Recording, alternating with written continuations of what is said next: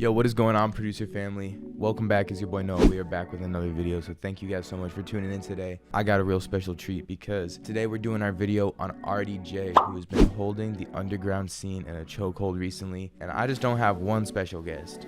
I don't have two special guests, but I got 3 of his producers to agree to hop on a call and spill some never before heard sauce for you guys. So if you guys want to know how you can level up your beats or make ambient dark R&B stuff like this, you guys want to stick around because I have 3 of his top producers giving away all of the secrets to how you can make a beat just like Artie J. Make sure you guys stick around to the very last one because my last guest is just so knowledgeable on this topic and he gives away so many crazy tips. I'm gonna guarantee you that you're gonna walk out of this inspired. So make sure you guys stick around to the very end. I want you guys to be able to see that, and because I be giving away free drum kits to every person that watches my videos. So if you guys want to know how you can access that link, I'm gonna be telling you guys at the very end of the video, so make sure you guys stick around for that. Without further ado, let's jump right into the first interview. I have my homie Tanner hop on a call.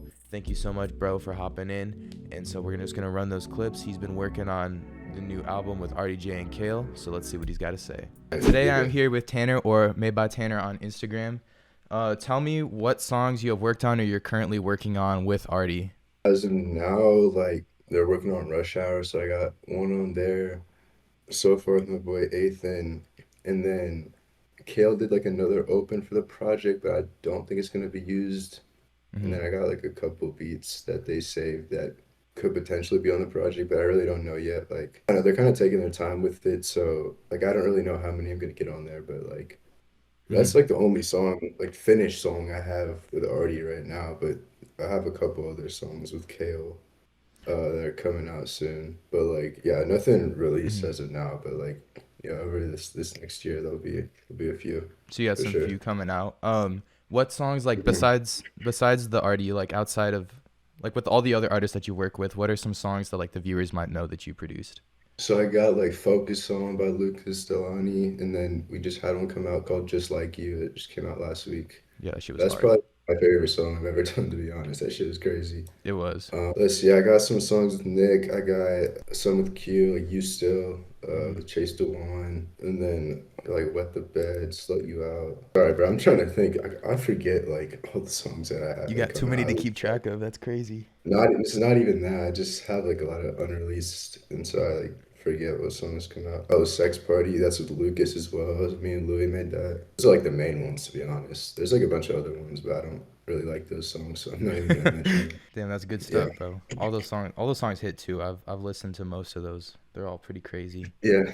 Thank you, bro. Appreciate that. So you're normally a drum guy, right? So when it comes to creating something for Artie, or when like Artie hits you up for a beat, what are you looking for with your loop selection before you even throw drums on it? It depends. Like this is for all the artists I work with. Like sometimes I'll ask for references, and so like we'll just try to like make something similar. So like sometimes like I just have the samples like saved on my laptop that's similar, or I'll just like hit someone up and we'll kind of just like make the beat together like in call or something. That's like typically how it goes. If not, like there's times where like I'll just make something and like if the artist likes it, then they'll get on it. Like Q for example, like the one with Chase, that one was just I don't even think that was a reference. Q was just like, yo, like doing a song with Chase, if you want to produce it, like just make me the beat. So I did that in like I don't know, like an hour and a half, and then sent it, and they got the song done. Usually it goes like one of those like 2 ways. Okay. So usually like the artist is kind of guiding the sound. Yeah, Okay. yeah, pretty much. When we actually get down to doing the drums, walk me through everything, like from your sound selection to the bounce that you're going for. Like, let's assume that the artist is kind of hands off in this situation, right? Are you going for like Okay. a simpler approach, like specifically for Artie? If he hits you up, are you doing a simpler approach, or are you getting a little bit more experimental? Honestly, like what I typically think about is like in terms of like drums, like I always try to surprise myself and like do things that like I guess I wouldn't expect myself to do, but like also like find a balance. Like I think there should be a balance between like pushing the sound forward a little bit and but still like making it easy and simple enough for an artist to get on. And something that I also do a lot is like talking to these artists directly. Like I'll send them like a first like version or like rendition of a beat, just like enough for them to record on. Because all the little stuff like I can go in after and do that in post prod. So like I always just give them like an easy foundation to record record them, and then I'll go make all the little changes later. I mean, it's not always like that, but sometimes it is. That's tough. That you're not really like a beat maker. You're like an actual producer. Like you actually just like shape the song like around the artist when you get it back, right? Trying to be, bro. Trying to be, yeah. Like once I'm like just starting to get back into making like melodies, or at least like getting good enough to like add on to the song. It's mainly for just post-prod purposes, to be honest. But like, I guess I would say so. I don't really like just sending beats to artists. Like I do kind of like shaping out the song, but it doesn't always end up like that. Like sometimes it is, and that's cool, but sometimes it's not, and sometimes the song is still great just by me sending the beat and then getting on it. So this question just popped up as you were saying that. You're talking about trying to like surprise yourself or like push the sound a little bit. How do you keep getting inspiration for all these new drum bounces and everything? It's weird because I don't even really like listen to a lot of music like that anymore. Like I really just listen to a lot of like my friends, like my artist friends, like unreleased shit. But in terms of like thinking of new ways for bounces, I don't know, dude. I just like kind of like throw in random stuff, and if it works, then I'll keep it, and if it doesn't, then I won't. And like it's really just trying like everything. For me, like the reason that like my I guess beats have improved so much over the past like I guess 6 months is because of my sound selection. I always like to find like weird sounds and stuff to use that really makes stuff like stick out, especially with like effects and perks and stuff, and like putting like in different forms of like processing on them. I think it's important to do that just to make, because a lot of producers, like especially in like dark R&B, have like the same sounds. It's just like I think what makes you stand out is like how you use them. Right. Okay. That's good, because I always think like sometimes dark R&B gets a little stale, because you're right, like it is the same sounds over and over again. I see this a lot, like dark R&B producers, at least like in drums, are kind of like making the same patterns, and that it gets boring real fast. Like that's how my beats were for a while, and I really didn't like it. Like I really didn't like making dark R&B for a while, because like it was kind of just the same thing. Then I don't know, I just started like trying random shit until I started to get like results that I liked. So just experiment. Just think of like unorthodox ways to make your beats sound cooler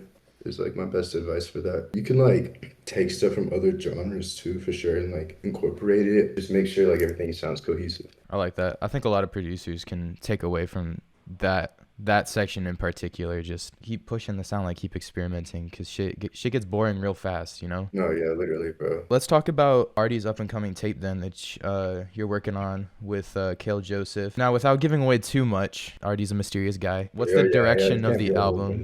I'm sorry? Yeah, I can't be like leaking anything crazy about it, but the direction, honestly, it's like a decent amount of up-tempo stuff, and there's gonna be some slow songs too, but they're really like just trying to have fun with this project. Like there's gonna be definitely some like left field stuff out of like what they've been doing. Nice. It is like that's really all I can say about that. I don't really want to give away a lot about No worries. I get you. I don't want you to get in trouble either. What's one underrated tip when it comes to making these like new dark R&B beats that you can share? Well, what I've been doing recently, at least bridges and like outros, is like I've just been like half timing my drums and like putting like certain like processing stuff like echo voice, cool, and just like throwing reverb on it too. Sometimes I don't do this as much, but like verse sections, like I'll just take some of the percussion and like half time that as well. Maybe throw like flanger on it. It's kind of just like fills in some pockets, and like sometimes it sounds really cool, but it doesn't always work though. So like you gotta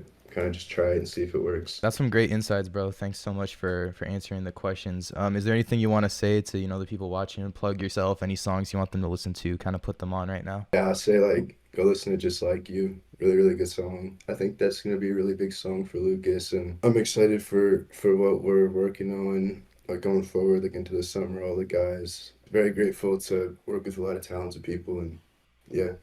Thank you, Tanner, for some amazing insights on that. So right after I hopped off the call with Tanner, one thing stuck in my mind, and that is you got to experiment a little bit when it comes to your drums, You can't be doing the same stuff that you've been doing or like what everyone else is doing. So I decided to go a little bit weird with this beat. You're going to hear this and be like, this is kind of like off. So this is what I was able to make after hopping on the call with him.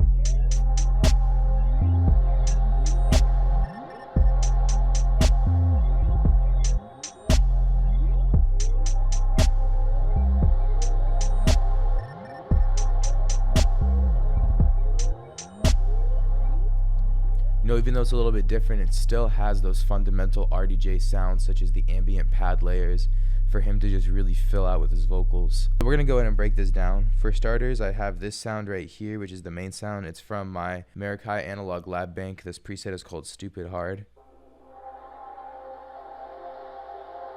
I mean, that's it. It's just one note, and it already sounds like that crazy. So that's what I'm saying when I mean that preset is stupid hard. 30% off in the description, by the way. 30% off. And then right here, I got these chords. They're from Luma, so they're just kind of like in the back for texture. Then I have these chords over here. It's like a basic moving R&B pad, just to give the beat a little bit of progression. And then we're gonna move on to the main sound right here. This is the play ball sound effect. So here's the MIDI for it. All I have it doing is just on the end of every 2 bars, I just have it sliding up. So it's gonna sound like this. And I bring it down 5 and do the same thing. It's just going up an octave. Next we have the drums and the snare. This is just super simple. It's just every 2 bars. So on the 1 and the 3 is the kick, and on the 3 is the snare. Added in this little cell phone perk, just like a little chirp. Reverse bell. Other reverse sound effects. Tambourine. Because I thought hats were a little bit basic for this one. I wanted to do something a little different, and tambourine sounded so good. Bass.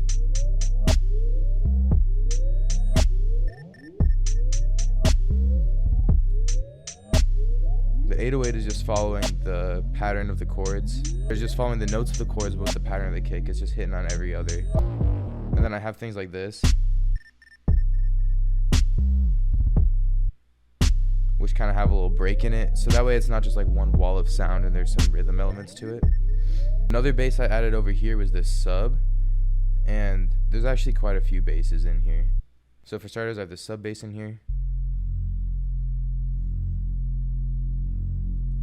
Super basic. And then we also added in this, like, I don't know, this like thicker, more aggressive Mike Dean bass.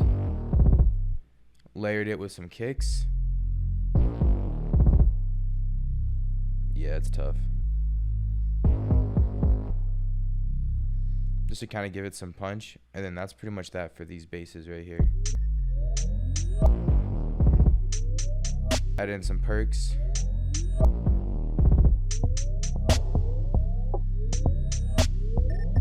Another synth from Luma.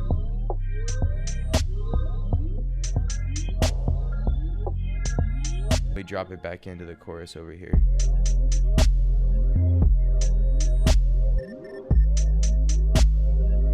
Super simple, even though this beat sounds crazy, sounds hella complex, it is not. Can that 808 shut up, bro? Thank you. Take from this as you will, just kind of let the drums do most of the drive for you. After I interviewed Tanner, I then hopped on another call with my homie Tokyo Wall, who is also a part of Sounhive Collective, and he has produced one of Artie J's biggest songs called I'm Not Jealous. So he's gonna give us some insight on that, and also, you know, some tips and tricks on how you can make some stuff like that. So what's up, guys? Today we are here with Tokyo. Say what's up to the camera. Yo. All right, just a quick introduction, bro. What are some songs that they might know you from, Artie J, and some of your other work? Artie J, I got I'm Not Jealous, Nobody Else, and then on this one called Pressure. And then from outside of him, we got Quintelli Positions, Life Hair is Blackout, Life Hair is Super Saiyan, Life Hair is Sunkiss. I got Ye, Ali, Birthdays. I got Ye, Ali, Catching Feelings. Yeah, those are, I like those. I'm sure everybody has heard something from Ye Ali at some point, bro. They might not even realize that you did some of those. Yeah. Let's talk about some of those songs that you did with Artie J. So start with I'm Not Jealous, right? So just walk me through like the process of how that beat was made, what you were kind of thinking of when you were making that. Basically, my boy Kimpe at Beats by Kimpe.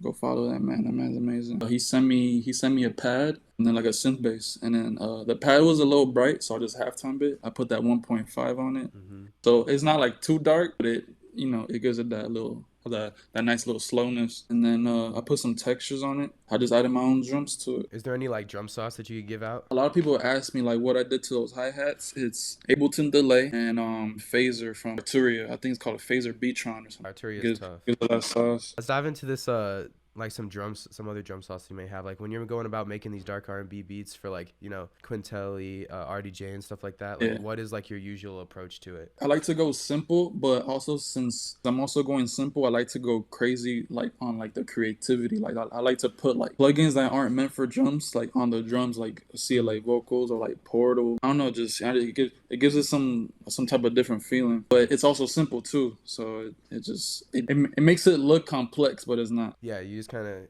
keep it simple, let the effects kind of add a little bit extra to it. Yeah. Yeah, it's fire. And then also, I like to swing my snares early instead of late. I don't know. To me personally, it just sounds better. And then like the hi-hats, I like to swing them late. Yeah. So like, do you do that like at the same time? Like you slide the snare off the grid and slide the hi-hats off the grid, or is it like one or the other?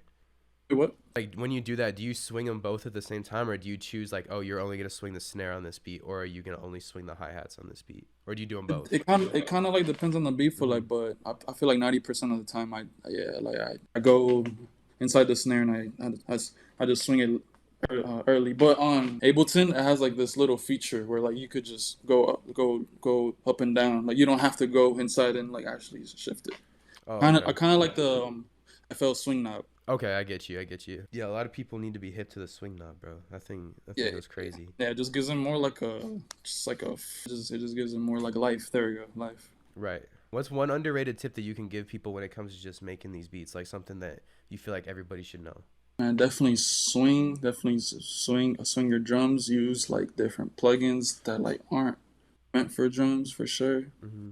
Oh, also layering like your drums, like it just gets like a different sound that no one's ever heard before. Instead of just just putting in something like from one kit. Mm-hmm. Like a lot of people have that kit. What if you put like a snare from one kit and then like a perk from like another kit, and then just layer them, and then, like you got your own snare, and basically you kind of just like curated like a snare that you could have for like a kit later on.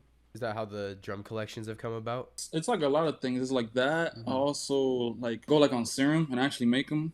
Oh, for real? Pigments, yeah. Like I learned that like back in 2020. I was like, damn, how do people make drums? And then Serum and like Pigments is underrated. Yeah, I see people do a bunch of crazy shit in Pigments. I feel like that's one thing that everyone needs to learn, bro, at some point. Well, bro, thank you for hopping on. That's pretty much all the questions I got. Where can they find you on the socials? Go ahead and plug yourself. Tokyo Wall on everything. Tokyo Wall. And is there anything that you want to say? Any songs you want people to listen to? Last piece of advice? Anything? I would say that learn all of your stock plugins before you go and buy some really expensive plugins for sure. Cause like you never know, man. Like them stock plugins they just always sound good to me. Yeah, once you learn how to use them, I feel like you can do a lot with them. Yeah, sure. All right, bro. Well, thank you for your time. So then, after hopping off the call with Tokyo Wall, two things stuck out to me. One is shifting your drums off the grid to create a different bounce, and two is adding a halftime on 1.5 speed to your pad. When I made this next beat, I kept those two things in mind, and I incorporated them into the beat. So let's do a little preview real quick, and then we're going to dive into the breakdown.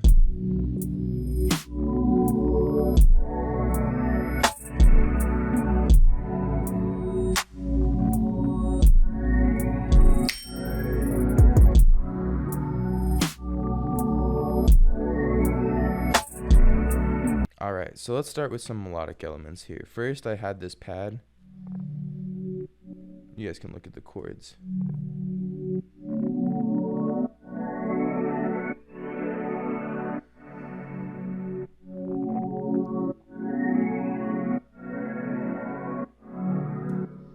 And then I layered that with this second pad right here.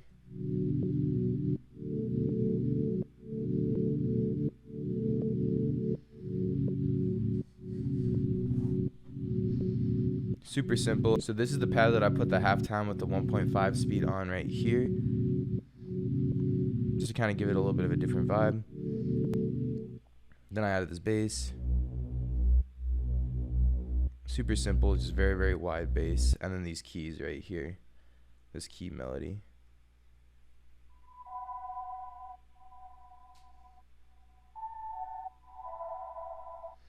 Just to add a little bit of ambience in the background. Alright, so now let's dive into the drums. I'm going to go ahead and do all of this. The drums all together are going to sound like this.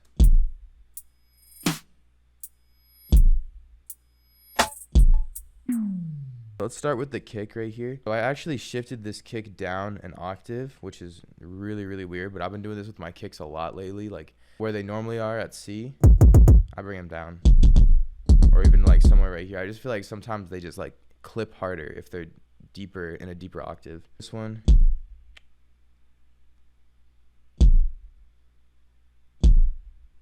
And then over here I have them up again and then back down.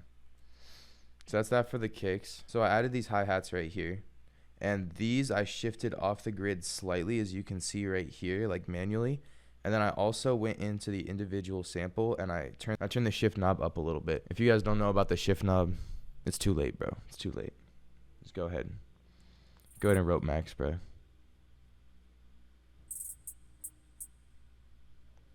So I just added some rolls. This is more like a supporting hat. And then I have this other hi-hat right here, which I did the same thing too. This is more of like the main hat, the main sound that you hear. And this one is shifted off the grid too. So if I play with the metronome,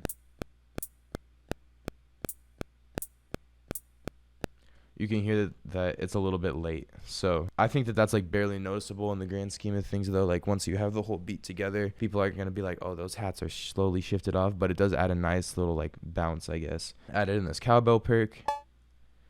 And then I have like how many different snares? 1, 2, 3, 4, 5. I have 5 different snares going out throughout this whole beat. So we're just gonna highlight those. So we got 1, 2, 3, 4, 5, and then this triangle is kind of like a layer. So first we have this snare layered with this other chop snare right here.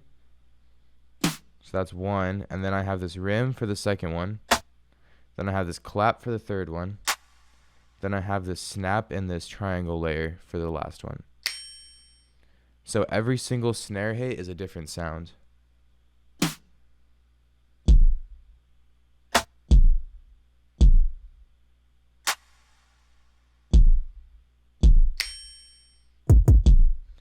I think that's just so different, because like who the heck is using a different sound for every single snare hit? That's just wild. So but I feel like it just worked really, really good with this beat. And then I added this tom right here.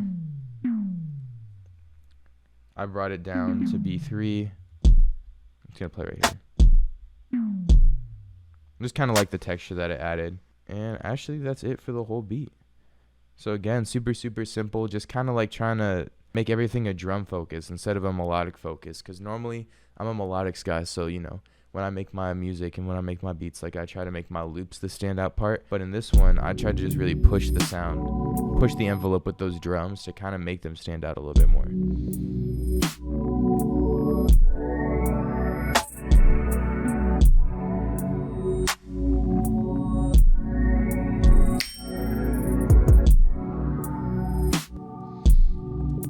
So that's it for our second beat and our second interview. Now it's time to move on to our last one. But before I forget, I just want to say, if you guys want to help support the channel a little bit, make sure you guys go ahead and check out soundhive.com. There's going to be a link down in the description for 30% off. Go ahead and get yourself some sounds from this. A lot of the drums that I use are from soundhive.com. So if you guys want drums for dark R&B, alt R&B, classical, 90s R&B, and you want loops and melodics to match it, soundhive.com is your one-stop shop for anything that you want to get R&B. So make sure you guys go check that out. It really help support me a ton, and you guys get some fire sounds. But regardless, let's jump right back into the video. Our third and final guest is going to be my boy Arya, who has worked on a lot of Artie J's top hits, and he is just like an absolute animal when it comes to Artie's sound. Like, he studies this shit 24/7. He'll say in the interview, like, his favorite pastime is he likes to go on YouTube and look for the instrumentals to all of his beats, so that way he can like study them and break them down. So this man is an absolute animal, super knowledgeable, and he's only 17. So make sure you guys listen to all the tips that he has to say, because out of everybody, he just didn't hold back. He really is passionate about helping you guys out and helping you guys understand this sound, because this is something that he loves. So make sure you guys get out a notebook, because he's gonna drop so much sauce. But let's jump right into that interview. Arya, say what's up. Yo, what's up, guys? And just so that the viewers, like, they can put like a face to the name or like a song to the name, bro, what are some songs that you've worked with, both with Artie and some of your bigger songs like outside of Artie, that the viewers might know you from? With Artie, I currently have 3 songs out. Live Without You, Sexually Active, and Still Drunk. Some other songs you might know me by. I worked with Kale and Jor on one of I work with Lucas and Kale as well on 3 a.m. And then I have some songs with Q and Nick, like I did Usual for Nick. I did Arrived for you. And I did basically half of Lucas's last album too. So like Something to Me, All Yours. There's some songs on there you might see me in for the producer credits. Just in case, like, you guys didn't catch that because my Wi-Fi is kind of buns right now. He said he worked on One of One with Kale Joseph, his biggest song, by the way. And I'm sure that whether you're tapped in or not, you've heard that song all over TikTok. So, you know, this is the guy right here. Like, he knows what he's talking about. So when you're working on these songs, you said you're normally a drum guy, right? I'm a fucking loop abuser. Oh, can I say that? Loop abuser is crazy. I'm a loop abuser. I do melodics like once every blue moon. I mainly do drums. Yes, for sure. Bet.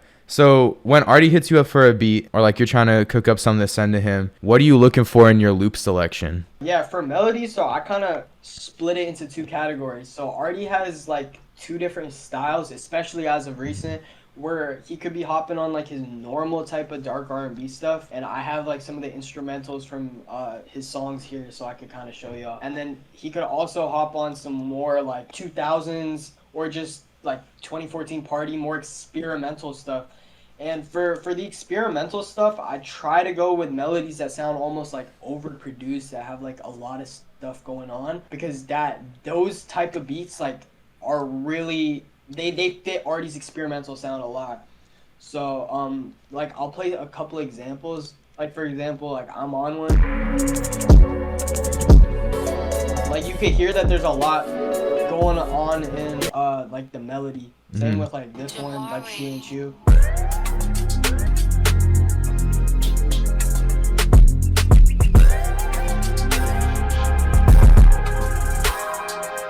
Like you can kind of just hear, compared to like some of his more normal dark R&B songs, the more experimental stuff has a lot more progression. It has a lot more stuff going on in the melody. There's a lot more elements. Like I think this is probably the best example. Sexually Active just has like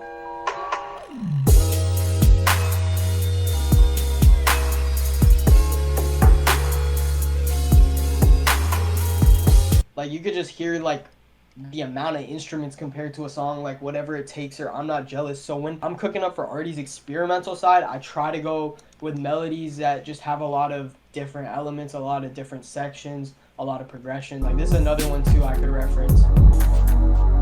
Like Sex and Money has just a lot of stuff going on in the melody.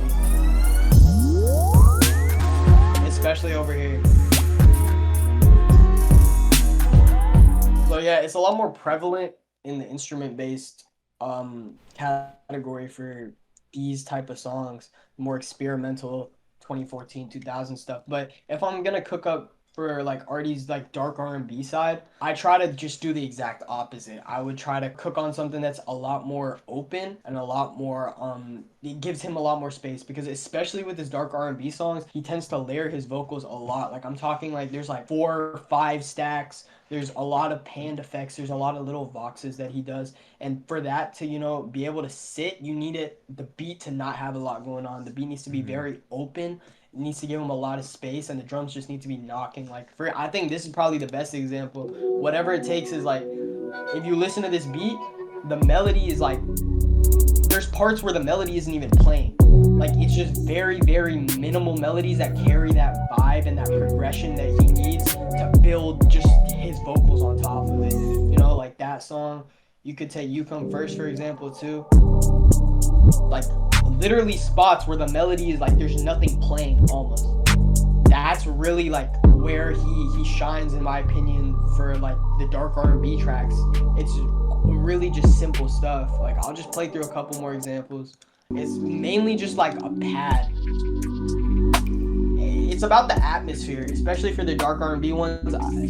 My goal is to try to create something that has the atmosphere, something that has like his canvas, basically. I would say like I would try to make his canvas that he could paint his story on. You want it to be very like to put you in a place almost. I think that's the best way I could describe it. You want the melody to put the listener in a place, and then yeah, just something mad atmospheric. I'll just play through a couple more examples. you can hear the melodies mad washed out. You can mainly just hear the drums. But when you listen to the actual song, it sounds very full. That's because of all the layering and effects and stuff Artie does with his vocals. His vocals take up a lot of space. So if you're cooking up something dark R&B, you need to keep it very minimal in terms of the melody, but still extremely vibey. Like Stripper too, you can kind of see a theme with all of these beats, that it's a very minimal amount of melody with a little bit of movement, and then the drums doing most of the work to carry the bounce. I'll play like one last example.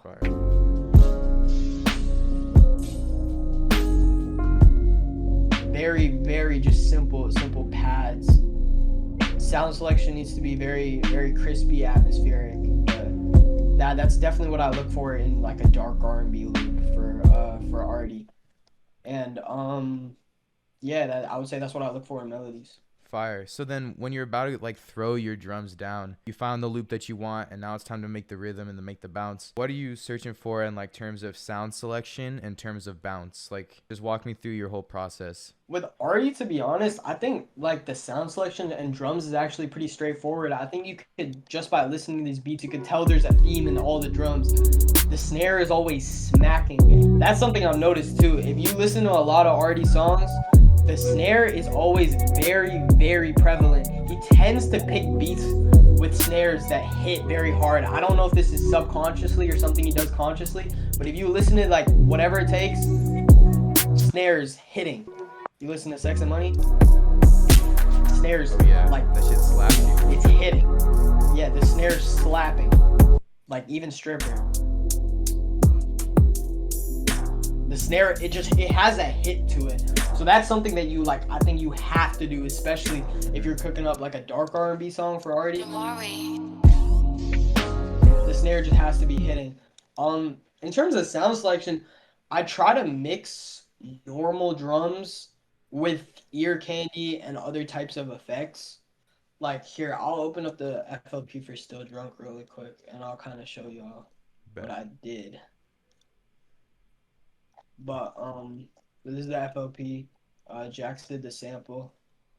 Like I said, off-rip to textures are a great way to put people in that atmosphere. So I have hella textures here. And then for the drums, what I did.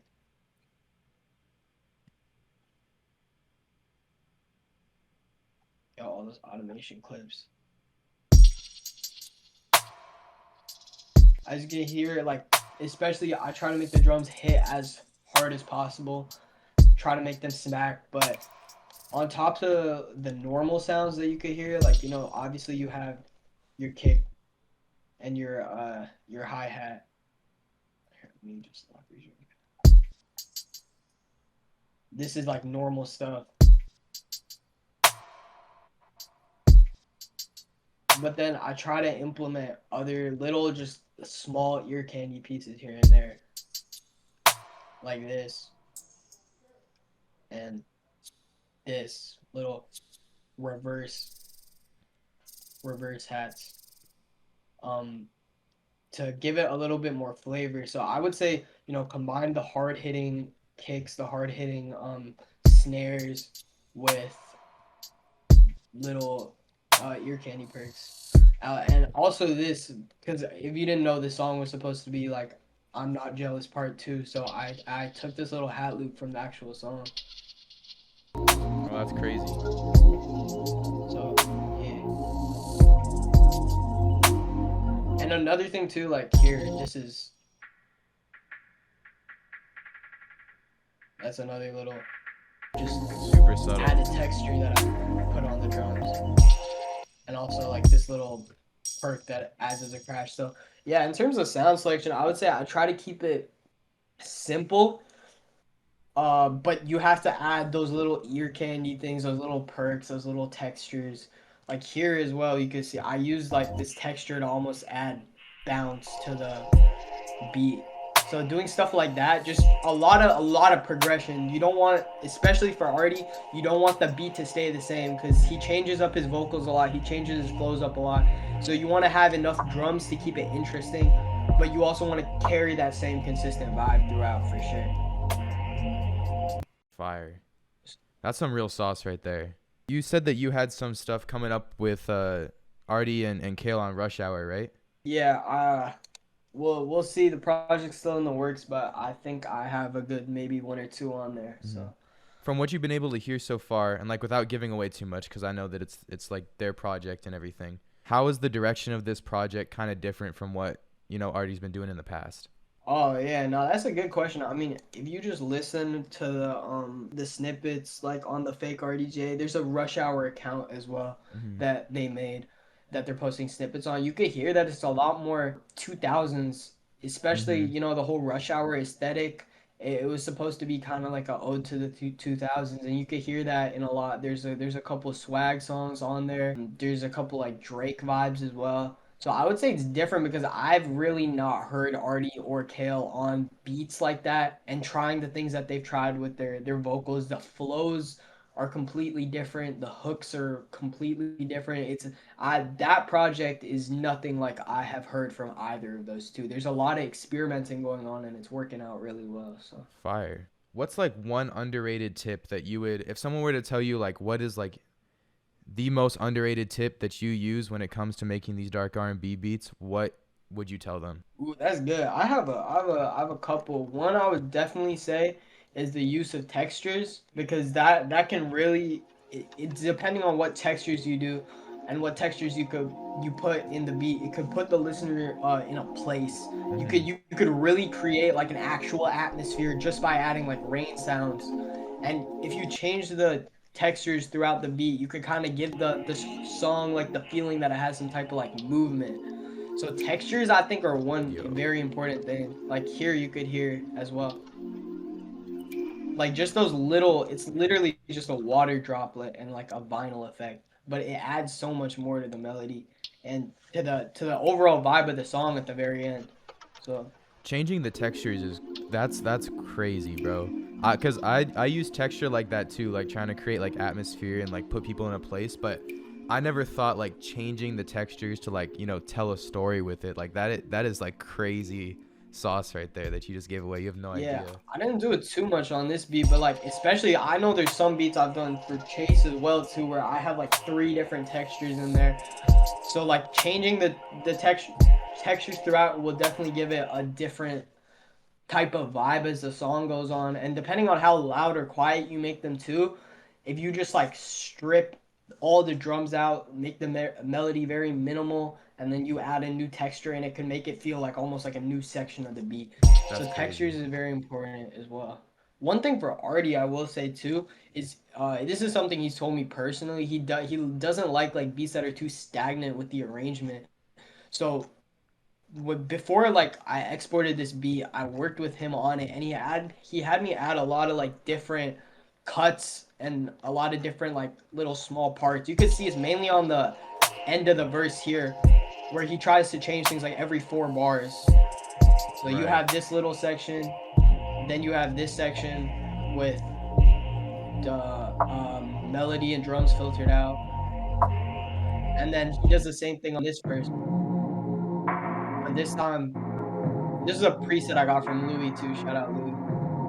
This is like almost like a room verb on the beat. And then he does it again right here. And on other beats I've done, so I would say change the arrangement a lot when you're working on these dark R&B beats. That's how it, it takes it just from a normal beat to something with more movement, something a little more special. Changing the arrangement around. Even drum patterns too. Like here I'm stuck to the same drum pattern, but on songs like Sexually Active, for example, I had like 3 different drum patterns. So progression is probably like that is the most important thing. I think it's to keep the listener, especially with dark R&B, you're gonna hear that a lot of these melodies can kind of sound the same over a certain amount of time if you keep listening to them.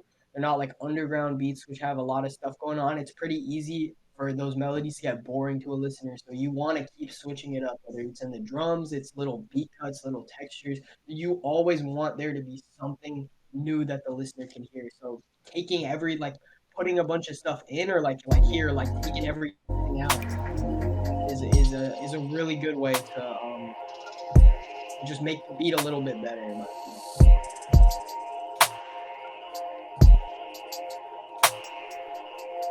Yeah, for sure. That's crazy. Oh, another thing for Artie, this is like this only works on some beats, but if you listen to Artie a good amount, you'll notice that he has a kind of weird structure with his choruses, where he might have like a singular chorus in the middle of the song.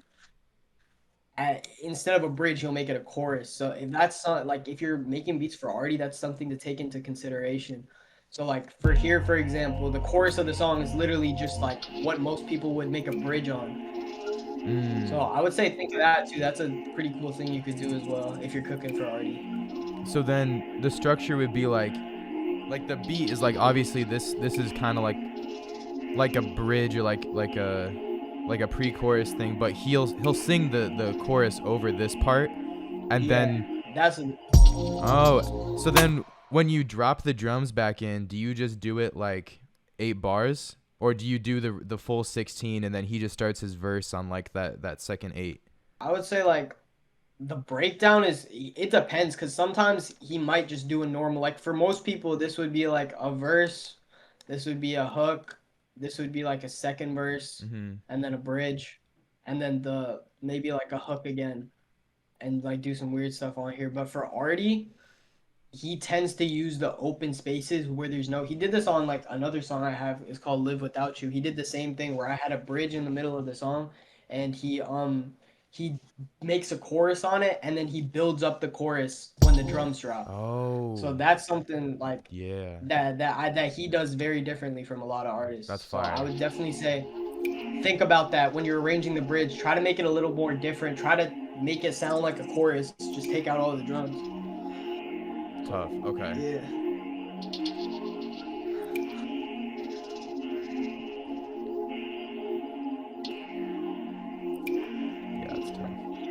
Back in and did like another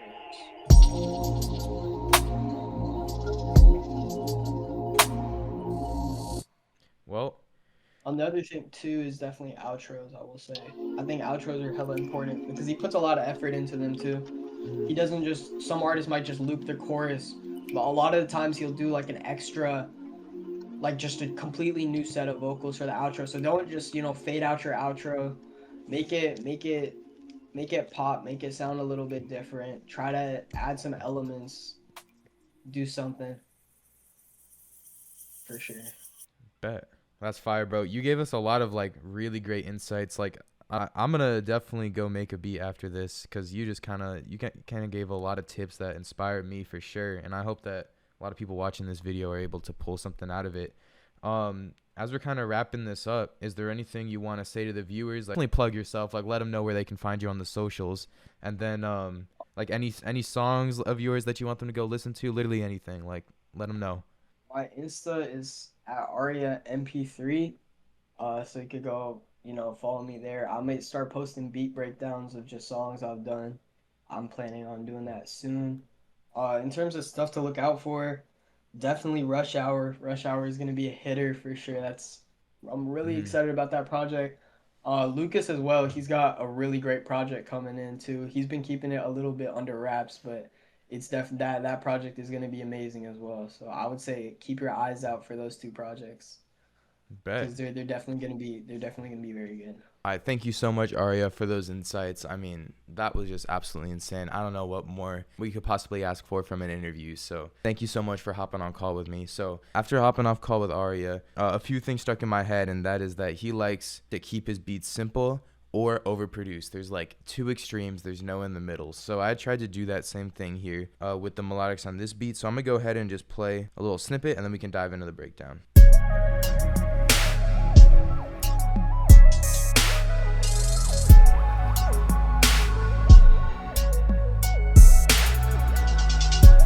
So let's start with the drums first, actually. I've been doing melodics the whole time. We're going to start with the drums on this one. So this is what they're going to sound like alone. All right, we'll start with the kick. This is another instance of me pitching the kick down. This is on E4 instead of C5. I just feel like it slaps a little bit harder that way. And then we move on to snare. I have this snare right here layered with, where is it? This slap right here.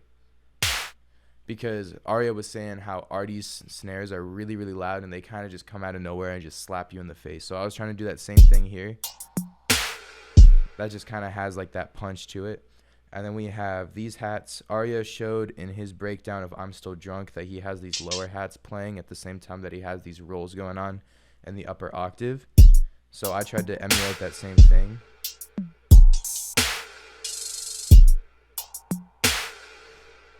Open hat right here.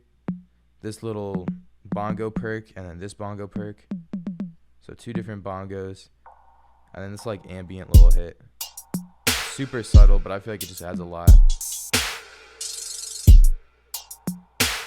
And drums are kind of spaced out because, like Arya was saying, Artie likes to use his voice to kind of fill up a lot of space. Then I added in these like waves right here, because Arya was talking about, you know, using textures in your beats, so I threw in this little wave sound effect. More on the texture is I added the waves, but I also added this like ear ringing sound effect. I don't know why I heard this shit, but like what you hear in movies, so it comes in right here.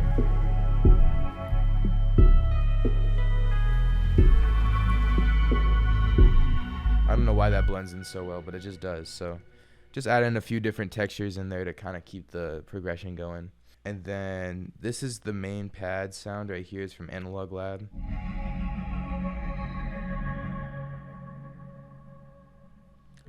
It's just got some portal and some flanges on it, and that's pretty much it. And it's quite literally like 2 chords. Like this is probably one of the easiest loops I've ever made right here. And we have this synth lead, which I'll show you guys the MIDI for actually first. So here's the MIDI for the synth lead, which looks really, really crazy. And yeah, I did program this all myself. This is kind of like, it's kind of nutty. But if I Control L it, you'll just see that it's just a bunch of, you know, quarter notes. But I like to keep them overlapping so that way the VST knows to slide everything. So then once I have everything all laid out, it sounds like this.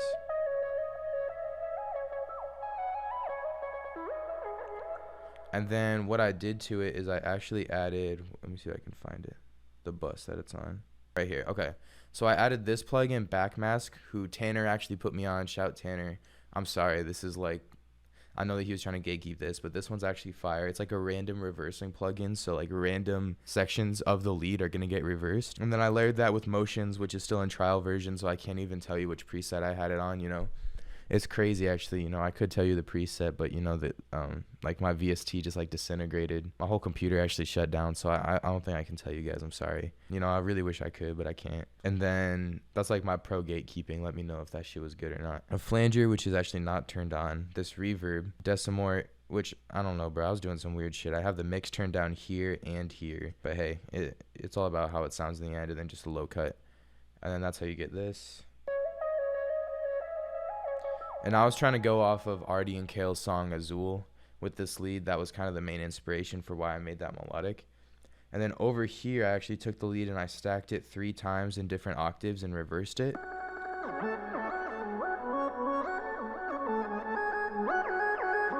Just to kind of create another section. I don't know. I thought that shit was kind of weird. It kind of sounds like pirate music. Like I'd hear this shit in like Pirates of the Caribbean.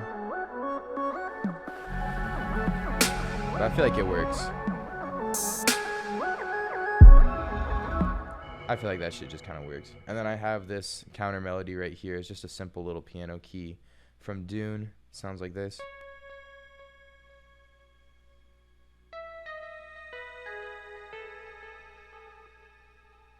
Just something to, you know, add some melodic variation.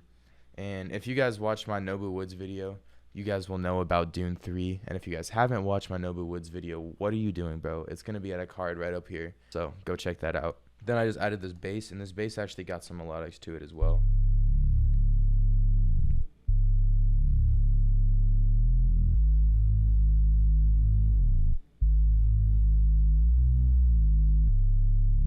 So just a bass that's kind of sliding along. I wanted to tape stop it, but I'm too lazy to automate a tape stop effect, so I just kind of did this.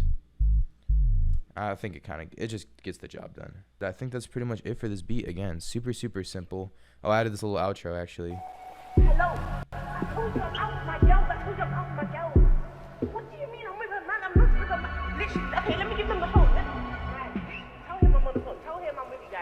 I stole that from a TikTok. I think it's like a TikTok skit that I found, and I took those vocals from it because I thought that shit sounded cool. But that is pretty much it for today's breakdown, guys. Thank you so much for watching, and special thanks to all of my guests that were able to hop on and spill some sauce and just come through and ungatekeep a lot of their secrets for us. I genuinely appreciate that, and I know that all the viewers do as well.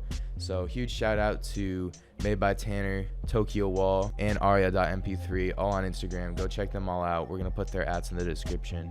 Super dope producers, and they're always down to hang, so feel free to ask them some questions. And just a reminder, if you guys are here for those free drum kits, it's going to be the last link in the description. I like to bury it so that way, people who just are kind of skimming through the description, they can't really find it that easy, just as a thank you for actually watching the video instead of just trying to come and skim off the free kits. And 30% off on Sounhive also in the description. Like I said, help support the channel a ton. And yeah, follow me on IG, Noah.produced it, and thank you guys so much for watching. I hope you all have a beautiful day. Peace out.